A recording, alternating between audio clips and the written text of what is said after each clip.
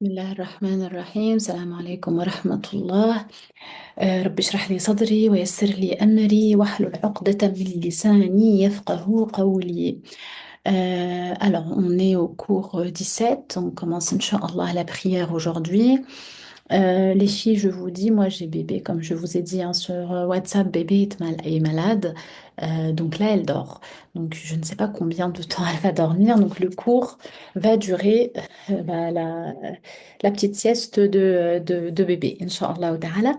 Donc là, je vous donne le plan, Inch'Allah, de la prière. Comme ça, vous avez déjà un regard global de ce que représente voilà, un cours sur la prière. Ça veut dire quoi quand on parle de jurisprudence de la prière? Fiqh as-salat, de quoi on parle? Qu'est-ce qu'on va dire? La ilaha illallah Muhammad Rasulullah. Donc, la première chose, on va parler de la philosophie et des mérites de la prière. Ça, on le fera quand on sera en ligne, Inch'Allah, ensemble, puisque j'aimerais aussi une participation de votre part. Inch'Allah ta'ala, ça, on le fera la semaine prochaine. Bi'idhnillahi ta'ala. On va parler des prières obligatoires et de toutes les prières sunnah. On va parler des exigibilités de la prière, c'est-à-dire à quel moment la prière devient obligatoire. On va parler des conditions de validité de la prière, Inch'Allah, et nous allons présenter les différentes sortes d'actes de la prière. Alors, on en a plusieurs. On a les actes obligatoires, on a les actes sunnah. Dans les actes sunnah, on a les recommandés et les méritoires. Donc, les recommandés, ce sont les actes qu'il faut faire. Voilà, c'est presque comme les actes obligatoires. Et les méritoires, c'est-à-dire les actes qui, eh bien, quand on les fait, on a le ajr, mais quand on ne les fait pas, on n'a pas de péché, quoi. La prière n'est pas, et on reproche rien à la prière. La prière est acceptée, d'accord? Ensuite, on a les actes reprochables, makrouh, c'est-à-dire il ne faut pas la faire. Voilà. Ce ne sont pas des actes qui vont annuler la prière, mais le prophète alayhi salatu wassalam, ne les a pas faites, donc on ne doit pas les faire. Ensuite, on a les actes qui annulent la prière, c'est-à-dire la qadar Allah, on le fait, eh bien la prière est annulée, elle n'est pas acceptée, et la personne doit refaire sa prière. Ensuite, on a les actes autorisés. Il y a des actes qui ne font pas partie ni des obligatoires ni de la sunna. Mais si on les fait, bon, bah, c'est pas grave, quoi. Ensuite, dans cette partie-là, on va voir ensemble comment on répare une prière. Voilà, j'ai fait une erreur dans la prière. Comment je peux faire pour la réparer? Et ça s'appelle sujoud sahou, la prosternation, là, juste après as-salat, enfin, à la fin de la prière. Comment on l'a fait? Quelles sont ses conditions? On verra ça, Inch'Allah ta'ala, ensemble. Ensuite, on passe à une autre partie qui est comment accomplir la prière. Là, on va rentrer vraiment dans le détail.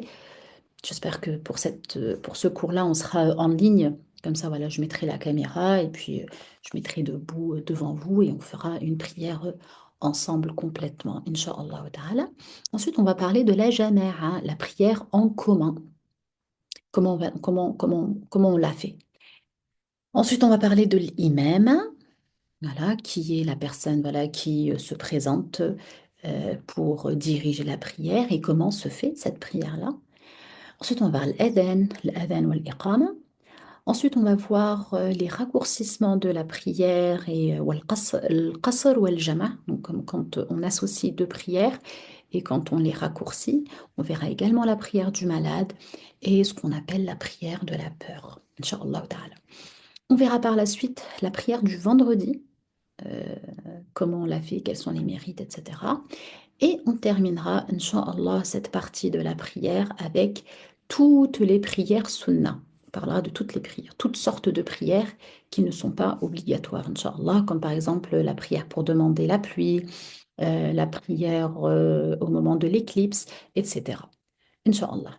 Bon, les filles, j'ai pas préparé de PDF, de PowerPoint. Désolée, je profite du temps bébé d'or, donc je commence le cours comme ça. Si l'une d'entre vous Bon, là, je vais présenter le cours. Essayez de prendre des notes un maximum. Si l'une d'entre vous, elle prend les notes sur l'ordinateur, ça serait très gentil de m'envoyer ça. Comme ça, voilà, ça serait plus facile pour moi pour faire le PowerPoint. Si c'est pas possible, c'est pas grave. Moi, je le ferai. Je vais le faire, Inch'Allah ta'ala. Alors, bismillah ar-Rahman ar-Rahim, on va commencer. Alors, comme je vous ai dit, philosophie et mérite, on verra ça, bi'idhnillahi ta'ala, ensemble, la semaine prochaine, quand on sera ensemble, bi'idhnillah. Les filles, je vous rappelle la bibliographie, la référence. Je me réfère au livre de Abu Bakr al-Jazairi, La voix du musulman, Minhaj al-Muslim, tome 2, d'accord? Donc vous avez trois tomes. Il y a le tome 1, Foi et savoir-vivre. Il y a le tome 2, Éthique et pratiques religieuses. Et il y a le tome 3, Les rapports sociaux. Vraiment, je vous conseille d'avoir ce livre-là à la maison. Il est très bien fait. Il s'appelle Abu Bakr al-Jazairi. Abu Bakr Jabir al-Jazairi. Les trois volumes se vendent à 28 euros. Et c'est la maison An-Nour.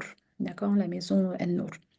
Euh, c'est vraiment du juste milieu. Allah yajzi khair, le livre est très bien fait. Il est en arabe et en français. Donc, vous avez une page en arabe et une page en français. Bon, bismillah.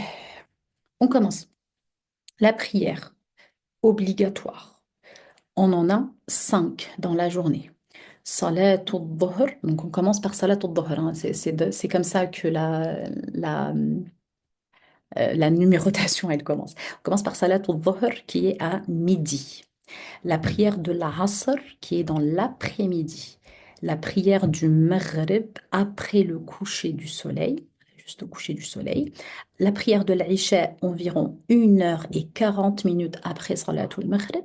Et la prière du Subh, c'est celle du matin. Donc là, ce sont les prières obligatoires. Le prophète alayhi salatu wassalam dit, donc là, je cite un hadith, les filles. Dieu a institué aux gens 5 prières obligatoires. Quiconque les accomplit sans rien en négliger par indifférence, Dieu lui promet le paradis. Mais celui qui les néglige, Dieu ne lui promet rien. Il peut le punir ou lui pardonner selon sa volonté. Voilà, les prières obligatoires sont obligatoires comme leur nom l'indique. Ensuite, on a les prières dites sunna. Là, juste entre parenthèses, ça serait intéressant qu'on parle de l'Isra ou al-Mi'raj et comment la prière a été prescrite. Inch'Allah, je le note là. Ça serait vraiment très intéressant de le faire comme ça. D'ailleurs, au moment où on parle des mérites et de la philosophie de la prière, quand je fais le cours avec les ados, je parle de l'Isra ou al-Mi'raj, puisque, subhanallah, c'est la seule prescription que Allah subhanahu wa ta'ala a donné au prophète alayhi salatu wassalam pendant l'Isra ou al-Mi'raj. L'Isra ou al-Mi'raj, je vais le noter. Isra ou al-Mi'raj, Inch'Allah. Alors, on part maintenant sur les prières sunnah. Ces prières, tout en n'étant pas obligatoires, ne sont pas moins recommandées. C'est-à-dire, le prophète alayhi salatu wassalam les a faites toutes.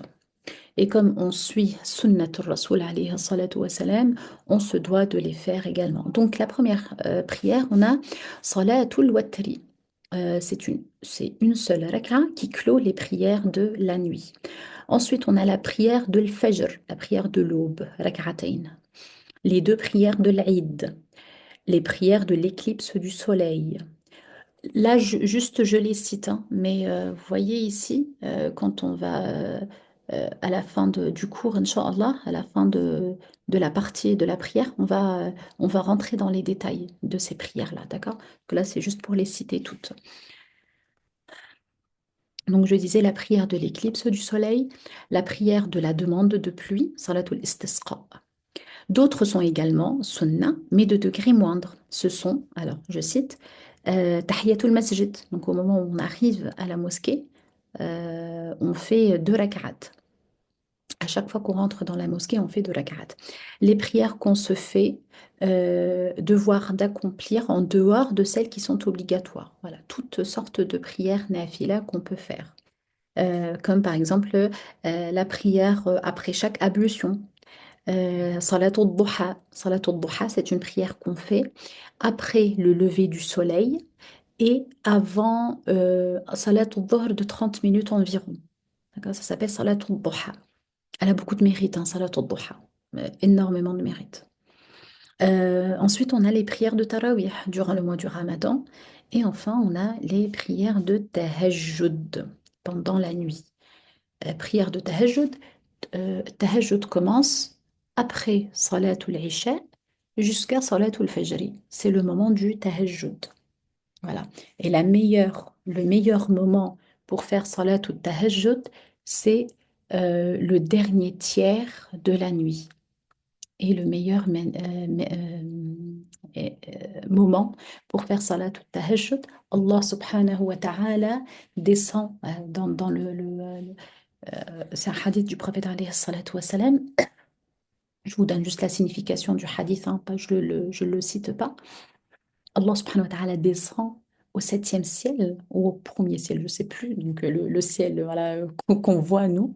Euh, et, euh, et il dit هل من مستغفر فأغفر له. C'est-à-dire, est-ce qu'il y a des gens qui veulent demander pardon, le pardon, et je leur pardonne? Est-ce qu'il y a des gens qui veulent se repentir et j'accepte leur repentir? Est-ce qu'il y a des gens qui veulent demander quelque chose et je vais répondre à leur demande et à leur doua? Et ça se passe seulement au dernier tiers de la nuit. Alors, on passe maintenant à l'exigibilité de la prière, c'est-à-dire à quel moment la prière devient obligatoire. Alors, la première condition qui rend la prière obligatoire est l'islam, bien sûr. Euh, on ne peut l'exiger d'un infidèle, ça, c'est pas possible. La shahada doit précéder la prière, d'accord? Moi, j'avais il y a quelques années une des épouses de la première épouse de mon oncle, elle n'était pas musulmane.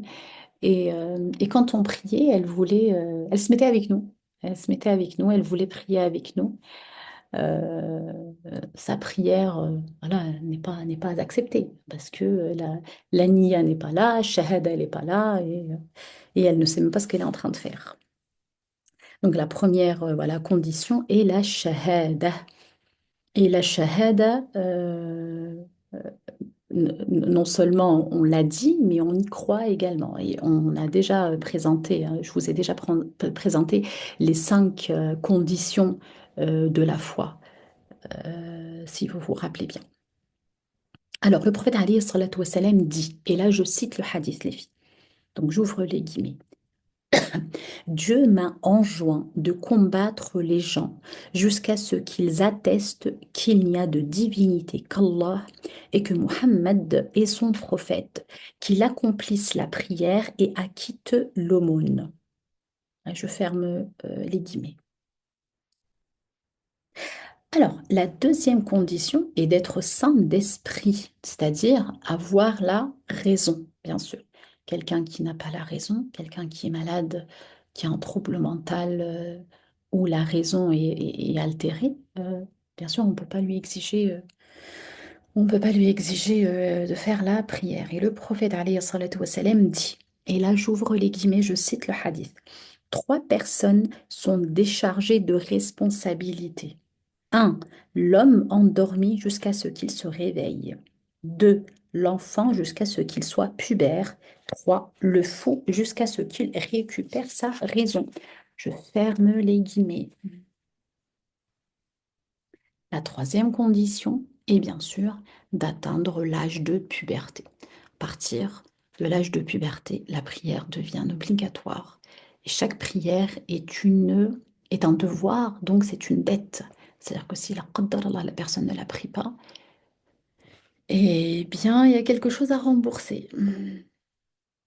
L'enfant n'est pas tenu à satisfaire cette obligation, bien sûr, mais c'est bien voilà, de l'encourager à prier avec nous. Et le prophète alayhi salatu wassalam nous dit, et là, je cite le hadith, j'ouvre les guillemets, recommandez la prière à vos enfants dès l'âge de 7 ans et punissez-les s'ils la négligent à 10 ans. À cet âge, séparez-les dans les couches. Je ferme les guillemets. Euh, c'est extrêmement important d'entraîner nos enfants à faire la prière et de la faire dès le plus jeune âge. Je sais que dans le groupe, on a des jeunes de 15 16 ans. Vraiment, la prière, c'est comme le sport, subhanallah. C'est une discipline. Plus on commence tôt et on s'entraîne à la faire et on ne la lâche pas, vraiment comme une discipline, et plus, Inch'Allah, on pourra la tenir dans toutes les conditions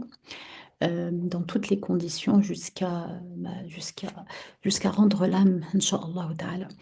Euh, et si je peux me permettre, là, je m'adresse aux mamans, n'ayez pas il y a des mamans qui me disent, oh, mais mon fils, il est encore petit, il a 8 ans, mais j'ai l'impression qu'il est encore bébé dans sa tête. On en fait d'eux des bébés, d'accord? Donc, nos enfants, c'est vraiment comment mon enfant est comme moi je veux qu'il soit. Ça, mon enfant est comme moi je veux l'éduquer. Donc, tu veux en faire un bébé, il sera un bébé. Tu veux en faire une personne responsable, ben, c'est à toi de le responsabiliser et c'est à toi en tant que maman et en tant que papa de lui donner l'utilité de la prière, le mérite de la prière, la joie de la prière, etc. C'est à nous de la faire en famille. Moi, je vous conseille de faire la prière vraiment en famille, avec le mari, avec les enfants. Surtout quand on peut, yani, salatul maghrib wal isha, par exemple en ce moment de l'année, on peut les faire, voilà, salatul maghrib est environ à 21 heures. Généralement à 21 heures, toute la famille est déjà à la maison. Donc on l'a fait en jama'a. Et après salatul maghrib, on fait un petit moment de spiritualité en famille, ne serait-ce que 10 minutes, hein, pas plus, histoire voilà, pour l'enfant, le moment de la prière, c'est pas seulement je prie et je pars. Non, je prie et je reste papoter avec maman, papa et on passe un moment chaleureux, etc. On peut faire les adhkar, ensuite on peut parler, on peut voilà, demander à l'enfant qu'est-ce que tu as fait de ta journée, etc. Pour qu'il essaye comme ça de relier, faire un lien entre la prière et le moment que je passe avec maman et papa. La ilaha illallah Muhammadun Rasulullah. On passe à la quatrième condition, bien sûr. Rabbi subhanahu wa ta'ala, il nous dit Inna salata Inna salata kanat ala al-mu'minina kitaban mawquta. Sadaqallahu al-azim. C'est-à-dire que la prière doit se faire aux heures prescrites. Je n'ai pas le droit de faire la prière avant le temps, avant son heure. Euh, si jamais je me rends compte que j'ai fait la prière 10 minutes, 15 minutes avant, je dois la refaire. D'accord?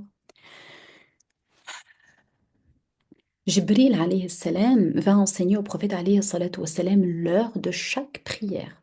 Donc là, je lis, hein, je vais lire un petit paragraphe, les filles. Une fois, il vint lui dire, lève-toi pour faire la prière de Dhuhr à midi. Il la fit avec lui au moment où le soleil a quitté le zénith. Ensuite, il revint à l'heure de l'Asr et lui dit, lève-toi pour faire la prière de l'Asr. Il la fit lorsque l'ombre avait atteint la longueur de l'objet. Au coucher du soleil, il revint encore et lui dit, lève-toi pour faire la prière du Maghrib. Il la fit quand le soleil disparut.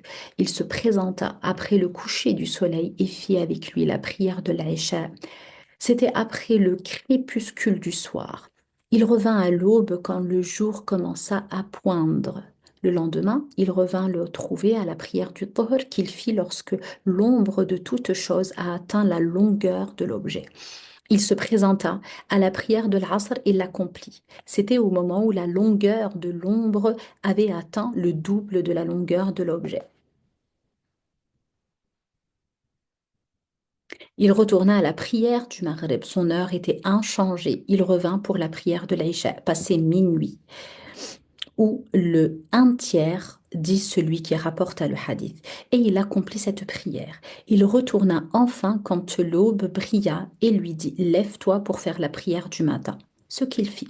Jibril dit alors au prophète, alayhi salatu wassalam, accomplis ces prières dans l'intervalle de ces deux temps. Voilà, donc ça c'est pour euh,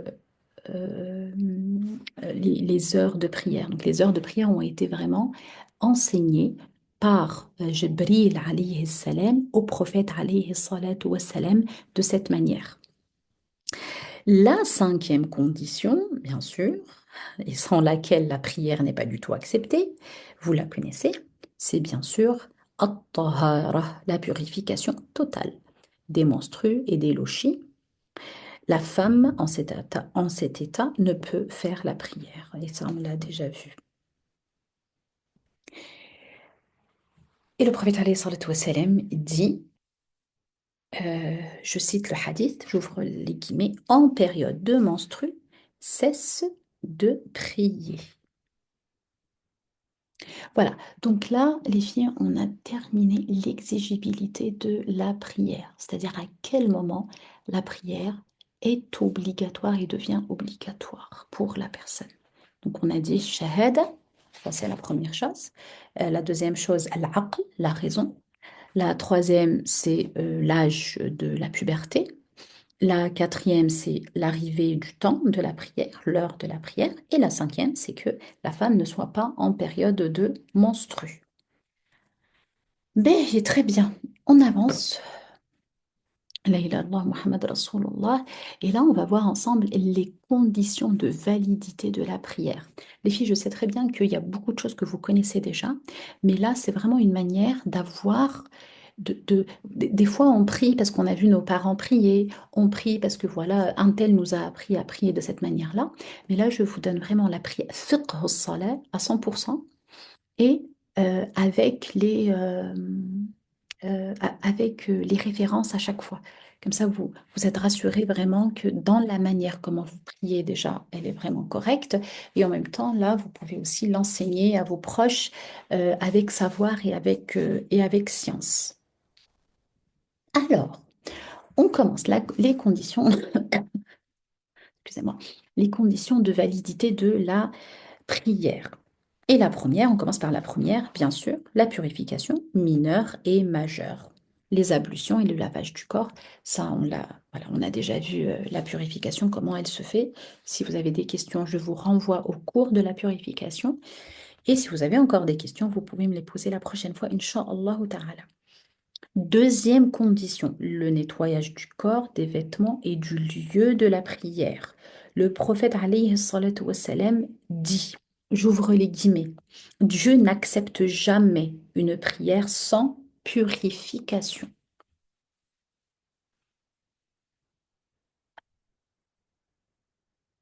Troisième condition, couvrir ses parties intimes.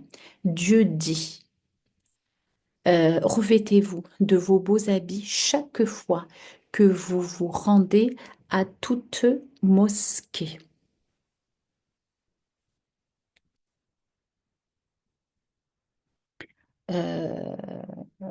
خذوا زينتكم عند كل مسجد في ستر العورة.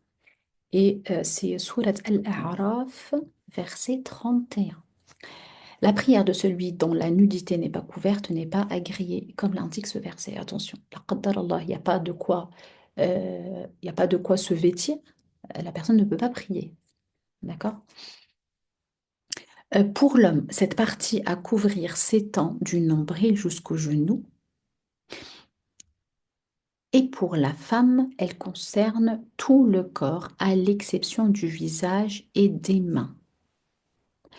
Euh, Bien sûr, le visage doit être découvert, hein. Si jamais la femme porte le niqab, quand elle va à la mosquée, elle doit découvrir son visage pour pouvoir faire la prière.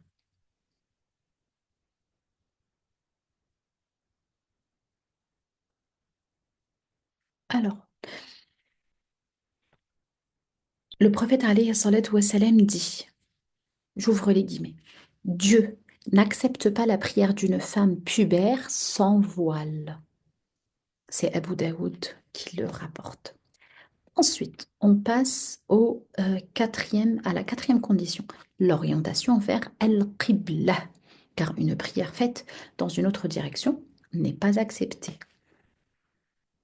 Sauf les exceptions, hein. On parlera des exceptions du malade, du voyage, etc. Au moment venu, d'accord? Rabbi subhanahu wa ta'ala, fi surat al-Baqarah, verset 144, il nous dit أعوذ بالله من الشيطان الرجيم وحيثما كنتم فولوا وجوهكم شطره ou que vous soyez tourné la face vers la Kaaba.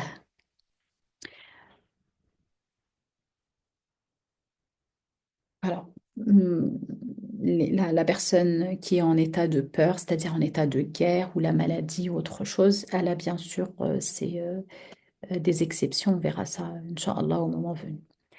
Alors, là, on vient de terminer les conditions de validité de prière. Donc, on les rappelle rapidement. La purification, mineure et majeure, le nettoyage des vêtements et du lieu de prière, bien sûr, couvrir ses parties intimes et l'orientation vers Al-Qibla. Bien, on commence maintenant les différentes sortes d'actes de prière et on va commencer par les actes obligatoires. Alors, les actes obligatoires, c'est-à-dire l'acte sans cet acte-là, la prière n'est pas acceptée. D'accord? La prière est fausse. Première chose, se mettre debout pour prier. Celui qui est capable ne peut accomplir la prière dans une position assise. Donc, si jamais, voilà, je rentre du travail, je suis fatiguée et je me dis, ah, c'est pas grave, je vais prier assise, la prière n'est pas acceptée. D'accord? Je prie assise, sauf si je suis malade. J'ai bien aimé Cheikh. J'étais petite, j'assistais avec mon père au cours de fiqh à la mosquée. C'était tous les dimanches soirs entre le Maghreb et l'Aïcha. Et donc on faisait cette partie-là. Et un des jeunes pose la question à mon père, il lui dit oh mais Cheikh, des fois je suis trop fatiguée et je rentre du travail ou du lycée, je ne sais plus ce qu'il disait, et je suis trop fatiguée et est-ce que j'ai le droit de prier assis? Et mon père lui répond, il lui dit, est-ce que tu peux aller voir le médecin et lui dire, je suis trop fatiguée, donne-moi un médicament. Ah, le jeune, il rigole. Il dit, voilà, c'est ça la règle, c'est que la prière assise, c'est seulement pour les personnes malades qui ne sont pas capables de se mettre debout. C'est-à-dire que si je me mets debout, ça va aggraver ma situation. Ouais, là, j'ai des vertiges, je ne peux même pas me mettre debout. La personne qui s'est fait opérer, elle ne peut pas se mettre debout. Alors, sinon, cette position debout pour prier est obligatoire. Allah subhanahu wa ta'ala, il nous dit أعوذ بالله من الشيطان الرجيم وقوموا لله قانتين. Mettez-vous debout pour prier. Surat Al-Baqarah 238. Donc, c'est Surat la vache 238. Le prophète alayhi salatu wa salam dit à Umran ibn Hussein, ibn Hussein, pardon, il lui dit, prie debout. Si tu ne peux pas, prie assis. Sinon, étendu, c'est-à-dire voilà, allongé. Ou sur le côté, si vraiment tu ne peux pas. Rawahul Bukhari. Deuxième chose, formuler l'intention de la prière. Alors, si jamais je me suis... Alors déjà, ça veut dire quoi l'intention? L'intention, c'est juste le fait de se dire dans le cœur que je vais faire salatul dhuhr. Alors, ça sert à rien de la formuler. On ne formule pas l'intention. Je ne dis pas Allahumma inni nawaitu salatul dhuhr. Il y a des gens qui le font. Non, ça ne se fait pas comme ça. Niyya, l'intention, c'est juste dans le cœur. Je sais que je vais faire telle prière. Mais je vais vous dire, je vais vous poser une question. Si jamais, voilà, je vais faire la niyya que je vais faire salatul asri. Donc j'ai commencé ma prière en ayant un niyya dans mon cœur que je vais faire salat al-asr. Ok, je suis à ma première rak'a et je me rends compte que, ah ben en fait, j'ai pas fait le dhuhr. Est-ce que j'ai le droit de changer la niyya? Et de me dire, allez, là c'est bon, je change de niyya et je mets dans mon cœur que je vais faire salat al-dhuhr? Non, ça c'est pas possible. À ce moment-là, j'arrête la prière, salam alaykum wa rahmatullah, salam alaykum wa rahmatullah, et je refais. Encore une fois, la niyya, je vais faire salat al-dhuhr et je commence ma prière. D'accord? La niyya est obligatoire. Sans la niyya, la prière n'est pas acceptée. Ensuite, formuler, dire Allahu Akbar à l'entrée de la prière, l'iqama, iqamatus salat. D'accord? Donc, c'est le premier Allahu Akbar qui me permet de rentrer dans la prière. Le prophète alayhi salatu wa salam dit, j'ouvre les guillemets, les filles. La clé de la prière est la purification. Sa consécration est de dire Allahu Akbar. Sa fin est Assalamu alaykum. Que le salut soit sur vous. Rapporté par Abu Daoud at-Tirmidhi. On passe à la suite. Euh, alors, ici, parce que c'est numéroté par les lettres, donc je ne sais plus où est-ce que j'en suis là. Combien de... Restez avec moi, je prends un crayon à papier. Donc là, on a dit un, se mettre debout. 2, l'intention. 3, dire Allahu Akbar. 4, la récitation de l'Fatiha. Al-Fatiha, elle est obligatoire. Alors, je ne peux pas faire la prière sans réciter Surat Al-Fatiha. Le prophète alayhi salatu wa salam dit, j'ouvre les guillemets, qui ne récite pas la Fatiha, sa prière est nulle et non avenue. Fais attention. La salata liman lam yaqra bi fatihatil kitab. Et Abu al-Bukhari, c'est lui qui rapporte ce hadith. Mais en priant derrière l'imam, quand celui-ci récite à haute voix, on est appelé à l'écouter. D'accord? Voilà. Donc, Salatul Maghrib, première raka'a, deuxième raka'a, l'imam, il récite à haute voix Surat al-Fatiha, je me tais et j'écoute la récitation. À la troisième raka'a, l'imam, bien sûr, récite à voix basse. À ce moment-là, je récite. OK?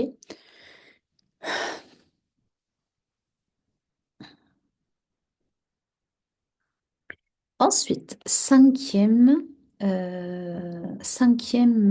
acte obligatoire, ar-ruku', l'inclinaison. Sixième acte obligatoire, le redressement après ar-ruku'. D'accord? Donc, si jamais la personne, elle s'est trompée et elle est descendue de... elle récitait le Coran hein, debout, et elle oublie le recours et elle fait directement la prosternation. Là, la prière elle n'est pas du tout acceptée. D'accord?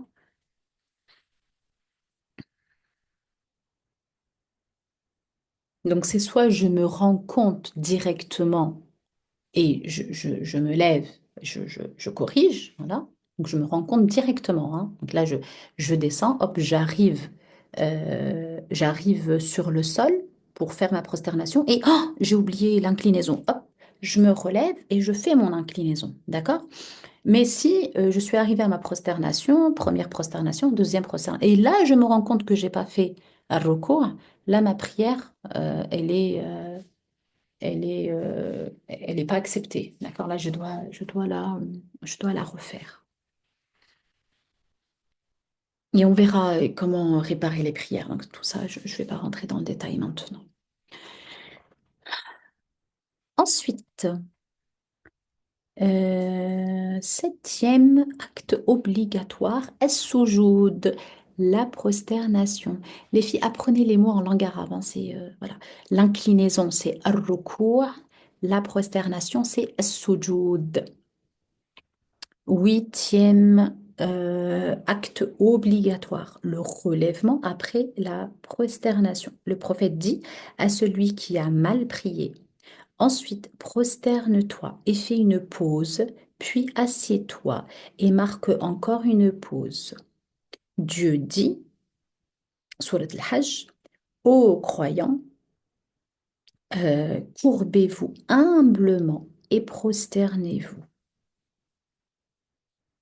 Ensuite, neuvième acte obligatoire, la pause qu'il faut marquer après l'inclinaison, après aussi la prosternation, le redressement et dans la position assise. C'est-à-dire la pause, c'est que, euh, bon là j'ai pas allumé la caméra. Euh, Vous voyez quand, voilà, là j'étais inclinée, j'ai fait mon recours, d'accord? Subhan Rabbi al-Azim, Subhan Rabbi al-Azim, Subhan Rabbi al-Azim. Je me relève, Sami'a Allahu liman hamidah, Rabbana wa lakal hamd. Et je prends mon temps, d'accord? Je suis apaisée dans cet acte-là. La pause, je fais une pause. C'est pas je me relève, Sami'a Allahu liman hamidah, hop, et je redescends, Allahu Akbar pour faire ma prosternation. La même chose au moment où je m'assois entre les deux prosternations. Tuma'nina, ça s'appelle tuma'nina. Tuma'nina, c'est-à-dire tu es apaisé. Tu t'assois et tu es apaisé, tu prends ton temps. Tu prends ton temps dans cet acte-là. Des fois, je vois beaucoup dans la mosquée, les gens ne le font pas. C'est-à-dire quand ils se relèvent de la première prosternation, hop, directement, ils font la deuxième. Et ça, attention à cela parce que cette pause est, est obligatoire. D'accord? Elle est obligatoire. C'est même pas qu'elle est recommandée ou quoi, elle est obligatoire. D'accord? Alors, dixième acte obligatoire, c'est de dire Assalamu alaykum pour terminer la prière. Onzième acte obligatoire, c'est de prononcer ce salut dans une position assise. Attention, c'est pas je suis trop pressée, je termine mon tashahhud et je fais mon salam alaykoum en étant à moitié levé. On ne peut quitter la prière sans ce salut et sans être assis. Euh, alors, ensuite, euh, le douzième acte obligatoire, enfin acte, la douzième obligation, c'est que tous ces actes doivent être faits en ordre. D'accord? On prie comme on a vu le prophète alayhi salam prier. Et d'ailleurs, ah ben il est là, subhanallah, le hadith, le prophète alayhi salam il dit Sallu kama ra'aytumuni usalli, c'est-à-dire accomplissez votre prière comme vous me voyez faire. Voilà, on prie comme le prophète alayhi salam a prié. On n'oublie pas que c'est lui notre modèle.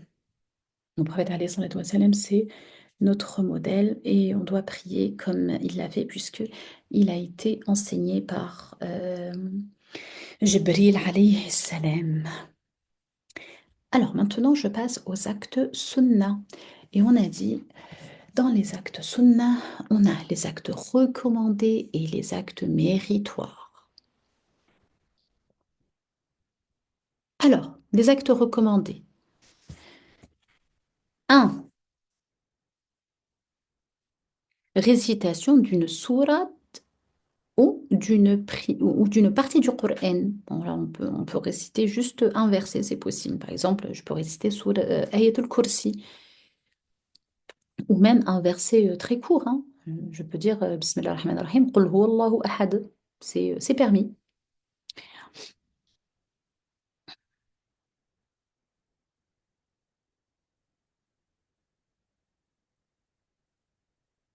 Alors, cette récitation de la deuxième sourate se fait à chaque prière dans les deux premières rak'at. Donc, Salat al-Subh, les deux rak'at. On fait deux rak'at dans Salat al-Subh. Donc, dans les deux rak'at, on récite une autre sourate ou une partie du Coran. Voilà. À ces deux rak'at. Salat al-Dhuhr, il y a quatre rak'at dans Salat al-Dhuhr. Je récite la deuxième sourate seulement dans les deux premières rak'at. Salatul Asr, la même chose. Salatul Maghrib, il y a trois rak'at. Je récite une deuxième sourate pour les deux premières rak'at. Salatul Isha, il y a quatre rak'at et je récite la deuxième sourate dans les deux premières. D'accord? Alors, deuxième acte recommandé, dire Sami Allahu liman hamidah Rabbana wa lakal hamd. Dieu, alors la signification, Dieu entend celui qui le loue. Seigneur, à toi la louange complète. L'imam et celui qui prie seul prononce les deux formules. Mais al-ma'moun, celui qui fait sa prière derrière l'imam, dit la deuxième formule seulement. D'accord? C'est-à-dire, je suis derrière l'imam, c'est l'imam dit Sami Allahu liman hamida et moi je dis Rabbana wa lakal hamd. Je ne dis pas Sami Allahu liman hamida. Voilà, mais ça, voilà, ce sont des actes recommandés, d'accord? Donc c'est une sunna, c'est-à-dire une sunna mu'akkada. Mu'akkada, c'est-à-dire que le prophète alayhi salatu wassalam les a faites et il ne les a jamais délaissées. On avance. Euh, Là, je vous donne le hadith quand même. Le prophète alayhi salatu wassalam dit, j'ouvre les guillemets, lorsque l'imam dit Sami Allahu liman hamidah, répondez Rabbana wa lakal hamd, rapporté par Muslim. Alors, troisième acte recommandé. Dire pendant l'inclinaison trois fois Subhana Rabbiyal Azim. Subhana Rabbiyal Azim, Subhana Rabbiyal Azim. Loué soit Dieu le très grand. Quatrième point, acte recommandé. Dire Allahu Akbar chaque fois qu'on change de position. Cinquième point, cinquième acte recommandé. Réciter assis le premier et le deuxième tashahhud. Donc voici le texte. Alors, on le dit ensemble. Euh,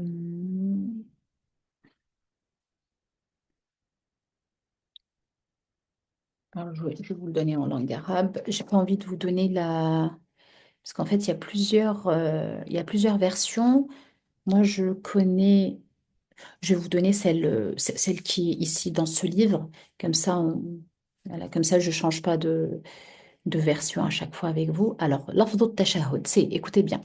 التحيات لله الصلوات والطيبات السلام عليك أيها النبي ورحمة الله وبركاته السلام علينا وعلى عباد الله الصالحين أشهد أن لا إله إلا الله وحده لا شريك له وأشهد أن محمدا رسول الله.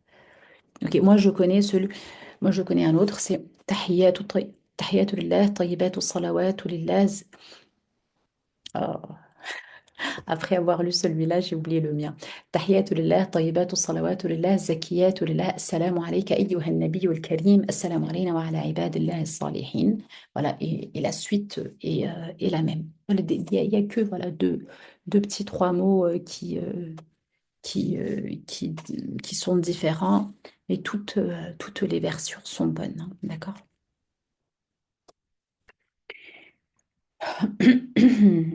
Donc ça, c'est le cinquième, ça a été le cinquième acte recommandé.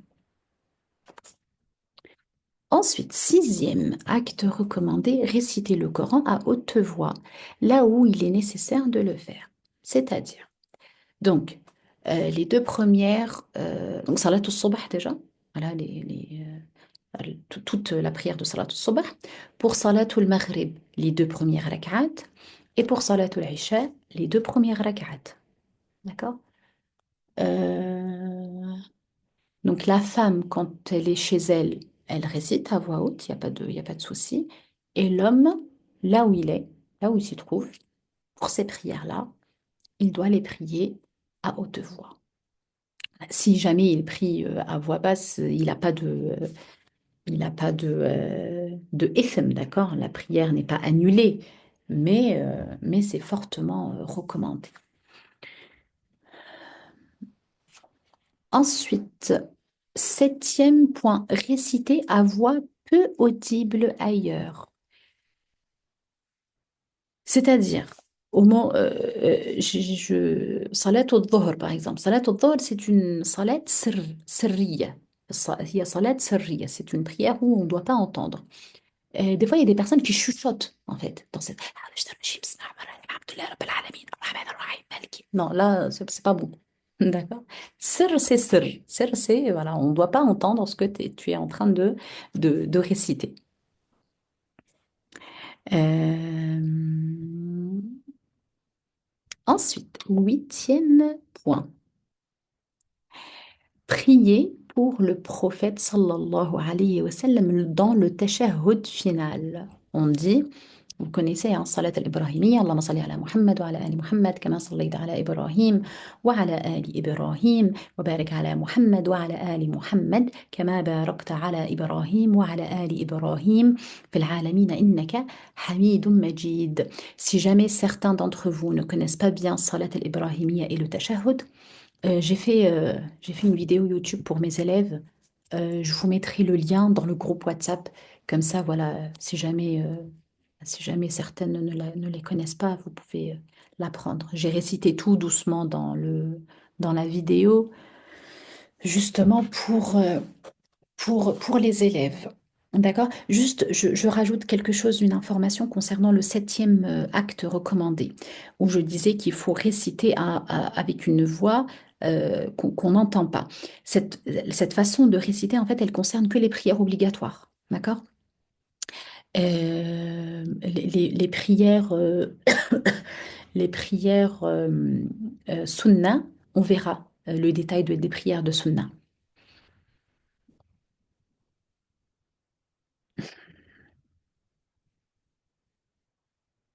Voilà, donc là on a terminé les 8 actes recommandés. Donc là on était là, regardez les filles, on était acte sunna. Dans les actes de sunna, on a les recommandés et les méritoires. Et là on vient de terminer toutes, tous les actes recommandés, c'est-à-dire les actes que le prophète alayhi salatu wassalam faisait et ne les a jamais délaissés. Maintenant, on passe euh, aux actes méritoires, c'est-à-dire quand on les fait, c'est bien, on a des hasanettes, et quand on les fait pas, eh bien, voilà, on n'a pas à réparer la prière. Behi, bismillah ar-Rahman ar-Rahim. On commence. Premier acte méritoire, c'est l'invocation précédant l'entrée en prière, dans la prière, c'est-à-dire quand on dit, oui, on dit Allahu Akbar et ensuite on dit dua al-istiftah, c'est Subhanak Allahumma wa bihamdik wa tabarak asmuk wa ta'ala jadduk wa la ilaha ghayruk. Je vous le répète tout doucement. Il est beau ce dua. Je vous dis quelque chose. Moi, je vous conseille vraiment de faire ce dua-là cette invocation au moment où on rentre dans la prière. Donc on dit Allahu Akbar, ensuite on le récite, puisque ça nous permet de nous préparer tout doucement à rentrer dans la prière et à faire, et ça nous aide dans la concentration, fil khushu' fis salah. D'accord? Je rentre pas d'une manière automatique. Euh, Vous voyez, avec tout ce qu'on a à faire dans la journée, voilà, je rentre du travail, je suis fatiguée, je vais faire la prière. Allahu Akbar, bismillahir rahmanir rahim, alhamdulillah rabbil alamin, et je commence directement comme ça la prière. Ça ne me permet pas de réfléchir un tout petit peu et de me concentrer dans cette prière-là et d'essayer de la faire d'une manière correcte. On dit Subhanakallahumma wa bihamdik wa tabarak asmuk وتعالى جدك ولا إله غيرك. Je vous donne la signification en français. Gloire à toi, Seigneur, je te loue, que ton nom soit béni, que ta grandeur soit exaltée, point de Dieu à part toi. Ensuite, deuxième acte méritoire. Demander la protection d'Allah contre Satan au début de la première rak'a et invoquer le nom de Dieu à chaque rak'a silencieusement en disant أعوذ بالله من الشيطان الرجيم. Donc, l'isti'ada, في الركعة الأولى, c'est l'isti'ada, c'est le fait de dire أعوذ بالله من الشيطان الرجيم et, et de dire Bismillahir Rahmanir Rahim par la suite pour chaque rak'a, d'accord? Silencieusement à chaque fois, hein. C'est-à-dire, je suis dans une prière à haute voix, hein, par exemple, au sabah, et je suis à ma deuxième rak'a ou ma première. A'udhu billahi minash shaitanir rajim, bismillahir rahmanir rahim. Je le dis à voix basse, d'accord? Voilà. Et A'udhu billahi minash shaitanir rajim, je le dis seulement à la première rak'a. La deuxième, non. Pourquoi? Parce que je suis déjà dans la prière.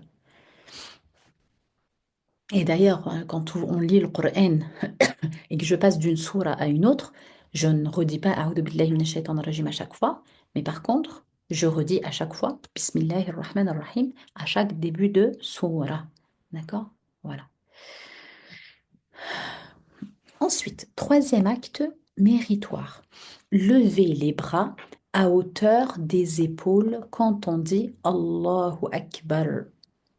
Le répéter aussi à l'inclinaison, au redressement et au lever après la deuxième rak'at. Je vous le montrerai la prochaine fois quand on sera ensemble en vidéo, mais c'est le fait de, voilà, de, de lever les bras à chaque fois qu'on dit Allahu Akbar. Et ça, c'est un acte méritoire. C'est-à-dire, si on ne le fait pas, ce n'est pas très grave. Quatrième point, quatrième acte méritoire, dire Amin après Surat Al-Fatiha. Cinquième acte méritoire, pardon, réciter. Alors écoutez bien. Salat al-Subh. Je récite de longues sourates. D'accord? Salat al-Asr ou al-Maghrib. Je récite de courtes sourates. Salatul Isha wa Dhuhr, je récite des moyennes sourates. Ok? Je répète. Salatul Subh, une longue sourate. Al-Asr wa al-Maghrib, courte. Al-Isha wa Dhuhr, moyenne. On rapporte, alors je vous lis, on rapporte que Omar écrivit à Abu Moussa, lui enjoignant de réciter à la prière du matin de longues sourates choisies dans le dernier quart du Coran, des moyennes à la prière du Dhuhr et des courtes à la prière du Maghrib, récitées par At-Tirmidhi. Je vous dis quelque chose. Alors pourquoi ça c'est récité comme un hadith en fait, puisque ce sont les Sahaba qui ont vu le prophète alayhi salatu wassalam faire, ils nous l'ont rapporté, d'accord? Comme Aïcha radiallahu anha, les hadiths de Aïcha, on les prend bien sûr comme des hadiths, c'est la sunna de notre prophète alayhi salatu wassalam. Il y a beaucoup d'actes qu'on dit ce sont des sunnas, puisque ils sont rapportés par les Sahaba, par Aïcha radiallahu anha, par les autres épouses du prophète alayhi salatu wassalam. Ils les ont vus, pardon, ils l'ont vu faire et ils nous racontent ce qu'ils ont vu. Donc ça fait partie de notre sunnah. Alors, sixième acte méritoire. Réciter l'invocation suivante entre les deux prosternations. On dit رب اغفر لي وارحمني وعافني واهدني وارزقني. Encore une fois. رب اغفر لي وارحمني وعافني واهدني وارزقني. Je vous donne la traduction. Seigneur, pardonne-moi mes fautes, accorde-moi ta clémence, préserve-moi des maladies et pourvois-moi. Rizqa, la pourvoyance, pourvois-moi.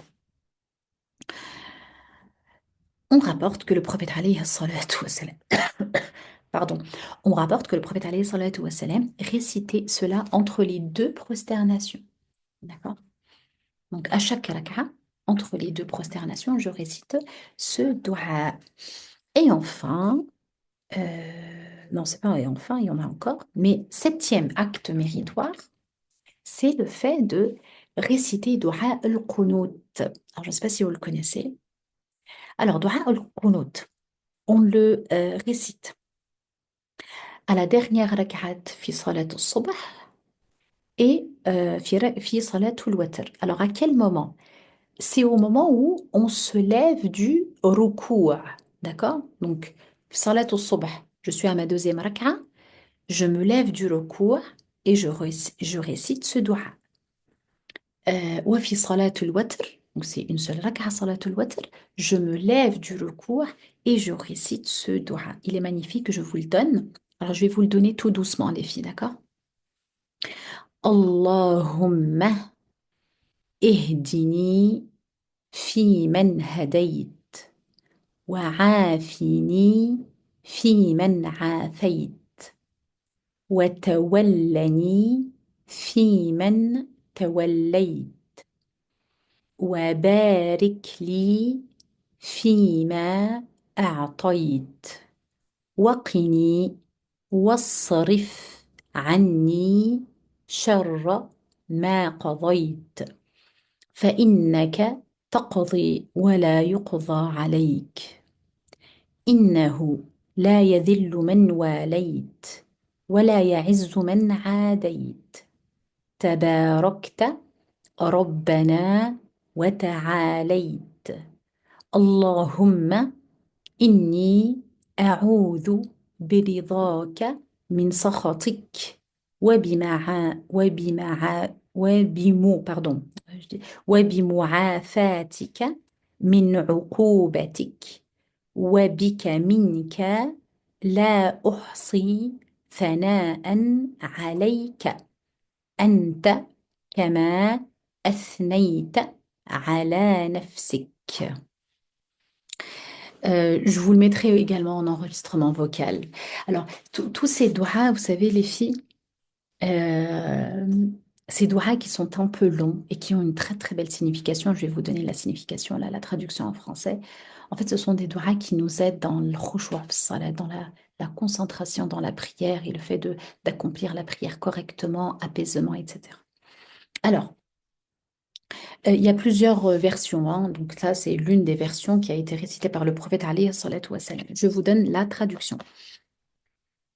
Seigneur, fais que je sois de ceux que tu as mis dans la bonne voie, que tu as préservé des maladies et que tu as protégés. Bénis ce que tu m'as accordé. Détourne loin de moi tout mal que tu aurais décrété et accorde-moi ta protection. C'est toi qui décides et nul ne contrarie, pardon, ta volonté. Celui que tu protèges n'est jamais humilié et ton ennemi n'est jamais honoré. Gloire à toi et grandeur. Seigneur, je me réfugie auprès de ta grâce contre ton courroux et cherche abri auprès de ton pardon contre ton châtiment. Je me réfugie auprès de toi contre toi-même. Toute louange s'avère imparfaite auprès de celle que tu t'es attribuée. Rawahu Ahmad. Et enfin, huitième acte méritoire, s'asseoir à la façon du prophète alayhi salatu wassalam dans sa prière. Alors, je vous dis, donc c'est un hadith, on va le réciter ensemble. Bon, je vais vous le lire, pardon. Il a été rapporté par Muslim. Il se reposait sur la plante.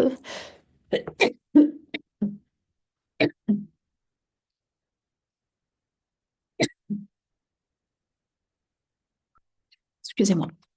Il se reposait sur la plante du pied gauche et soulevait le pied droit sur les orteils, et cela dans toute sa prière, sauf à la fin où il reposait la cuisse droite sur la plante du pied gauche et la fesse gauche sur le sol. Le pied droit étant soulevé sur les orteils, il mettait la main gauche, doigt tendu sur la cuisse gauche et la main droite sur la cuisse droite, doigt replié, sauf l'index qui demeurait braqué et qu'il bougeait en récitant le tashahhud. On rapporte que le prophète alayhi salatu wa salam, quand il s'asseyait pour réciter le tashahhud, posez la main gauche sur la cuisse gauche et la main droite sur la cuisse droite. L'index tendu, son regard ne dépassait pas son index. Donc il regardait son index. Ça a été rapporté par Muslim. Neuvième acte méritoire, poser les mains sur la poitrine. La main droite sur la main gauche. Euh, Jabir dit, le prophète alayhi salatu wa salam passa près d'un homme qui priait, la main gauche sur la main droite. Il la lui retira, il lui remit la droite sur la gauche. Et ça a été rapporté par Ahmed. Dixième point des actes méritoires. Euh, Invoquer Allah pendant les prosternations. Le prophète alayhi salatu wa salam nous dit, il m'a été interdit, écoutez bien, hein, il m'a été interdit de réciter le Coran durant l'inclinaison et la prosternation. Pendant l'inclinaison, glorifier le Seigneur et pendant la prosternation, invoquer Allah avec insistance. Votre invocation est susceptible d'être exaucée, rapporté par Muslim.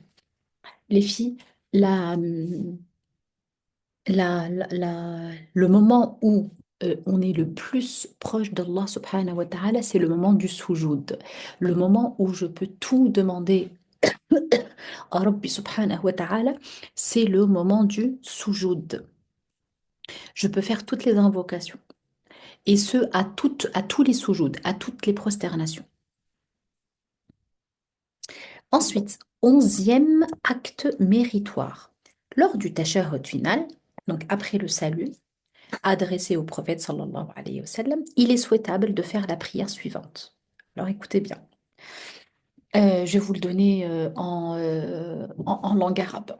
Allahumma inni a'udhu bika min adhabi jahannam wa min adhabi al-qabr wa min fitnati al-mahya wal-mamat wa min fitnati al-masih ad-dajjal. D'accord? Je vous le répète encore une fois. Allahumma inni a'udhu bika min adhabi jahannam wa min adhabi al-qabri wa min fitnati al-mahya wal-mamat wa min fitnati al-masih ad-dajjal. Alors, qu'est-ce qu'on dit? Euh, Quand l'un de vous termine son dernier tashahhud, qu'il implore la protection de Dieu contre quatre malheurs, les supplices de l'enfer, de la tombe, des épreuves de la vie et de la mort et de la séduction du faux Messie. A'udhu billah. Ensuite, douzième acte méritoire, saluer à droite. D'accord? Assalamu alaikum. Donc, je tourne la tête vers la droite et saluer ensuite à gauche. Troisième acte méritoire, c'est le fait de saluer à gauche. On rapporte que le prophète sallallahu alayhi wa sallam commençait par saluer à droite, puis à gauche. Il tournait le visage et on voyait la blancheur de sa joue. Donc il tournait complètement le visage. Et ça a été rapporté par Muslim. Alors, quatorzième acte méritoire, invoquer Allah et présenter ses vœux après la prière. Alors, j'ai terminé la prière, je reste hein, pour faire un peu de dhikr. Je ne pars pas directement. Et la meilleure des manières, c'est comme a fait le prophète alayhi salatu wa sallam, il dit juste après Assalamu alaikum wa rahmatullah, Assalamu alaikum wa rahmatullah, il dit Astaghfirullah, Astaghfirullah, Astaghfirullah. اللهم أنت السلام ومنك السلام تباركت يا ذا الجلال والإكرام. Encore une fois, donc trois fois astaghfirullah. Ensuite, اللهم أنت السلام ومنك السلام تباركت Ya dhal jalali wal ikram. Je vous le donne en français. Seigneur, tu es le pacifique. De toi émane la paix. Que tu sois béni, Dieu de majesté et de gloire.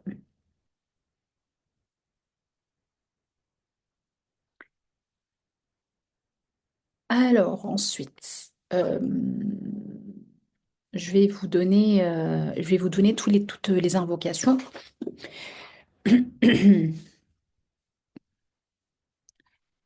Euh,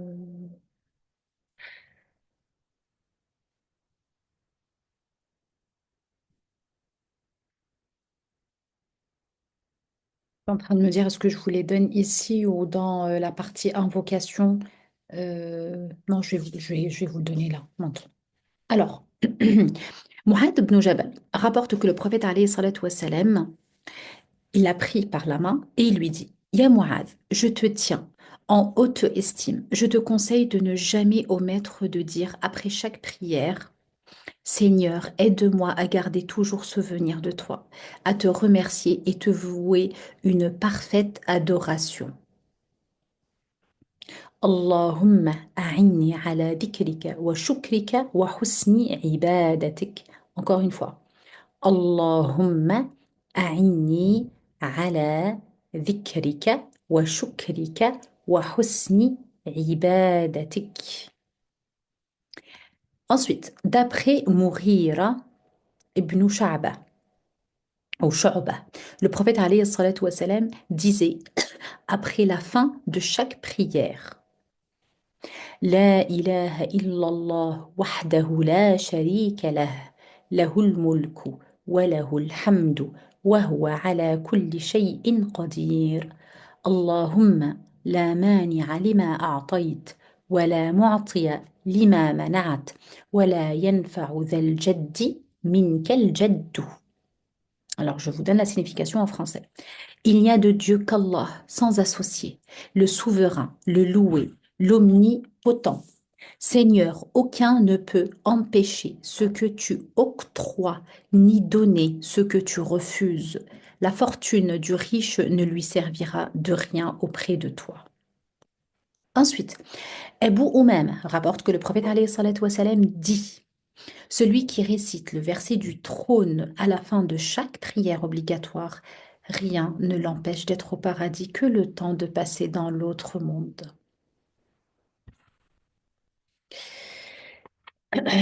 D'où l'importance d'apprendre Ayatul Kursi, les filles, d'accord? Je vous conseille vraiment de l'apprendre par cœur. Allez, mettez-vous cet objectif-là. Celles qui connaissent pas Surat Ayatul Kursi, pardon, c'est le verset du trône. Donc, c'est dans la sourate Al-Baqarah, verset 255. Mettez-vous comme objectif d'ici la semaine prochaine, donc on est au cours 17, d'ici au cours 18, vous apprenez ce Ayat Al-Kursi. D'accord? Alors, Abu Huraira, radiyallahu anhu, il dit que le prophète alayhi salatu wassalam dit, celui qui récite après chaque prière 33 fois Subhanallah, 33 fois Alhamdulillah, 33 fois Allahu Akbar et complète le 100 par dire La ilaha illallah wahdahu la sharika lah lahul mulku wa lahul hamdu wa huwa ala kulli shay'in qadir. Celui qui dit cela verra toutes ses fautes excusées. Dussent-elles être comme l'écume de l'océan? Donc, quel que soit le nombre de nos fautes, celui qui dit cela, Rabbi subhanahu wa ta'ala, lui efface tous ses péchés. Bien entendu, les filles, les sœurs, moi je dis toujours les filles, vous êtes mes sœurs, hein, euh, La ilaha illallah Muhammad Rasulullah. Là, on parle des petits péchés. Attention, on ne parle pas de kaba'ir, on ne parle pas des grands péchés. Les grands péchés, ne sont pardonnés que si on fait un grand repentir, enfin un repentir, voilà. Donc là, quoique Rabbi subhanahu wa ta'ala peut tout pardonner, hein, le jour du jugement dernier, Allah subhanahu wa ta'ala peut tout pardonner. Euh, un, un acte qu'on fait avec beaucoup de sincérité, il peut avoir une très grande valeur عند ربي سبحانه وتعالى, et il peut tout nous pardonner, sauf الشرك, bien sûr, sauf الشرك. Mais quand on dit, voilà, si on récite ça, tous les péchés sont effacés, à ce moment-là, on parle seulement des petits péchés, on ne parle pas des grands péchés, d'accord?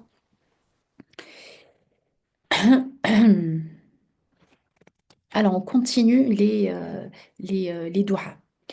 Euh, Après chaque prière, le prophète alayhi salatu wa salam demandait la protection divine par ces mots. Écoutez bien.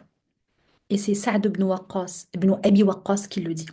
Allahumma inni a'udhu bika. Ah, on l'a déjà appris. Je vous l'ai déjà donné. Allahumma inni a'udhu bika min al-bukhli wa a'udhu bika min al-jubni wa a'udhu bika min an uradda ila ardhali al-umur wa a'udhu bika min fitnati dunya wa a'udhu bika min adhabi al-qabri. Non, j'ai pas donné cette version, je vous ai donné une autre version.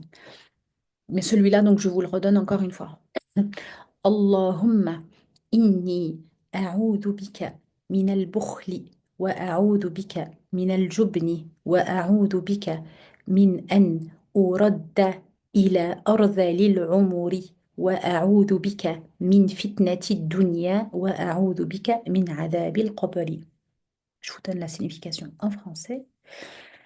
Seigneur, préserve-moi de l'avarice, de la sénilité et de la lâcheté. Protège-moi de la tentation de la vie d'ici-bas et des supplices de la tombe.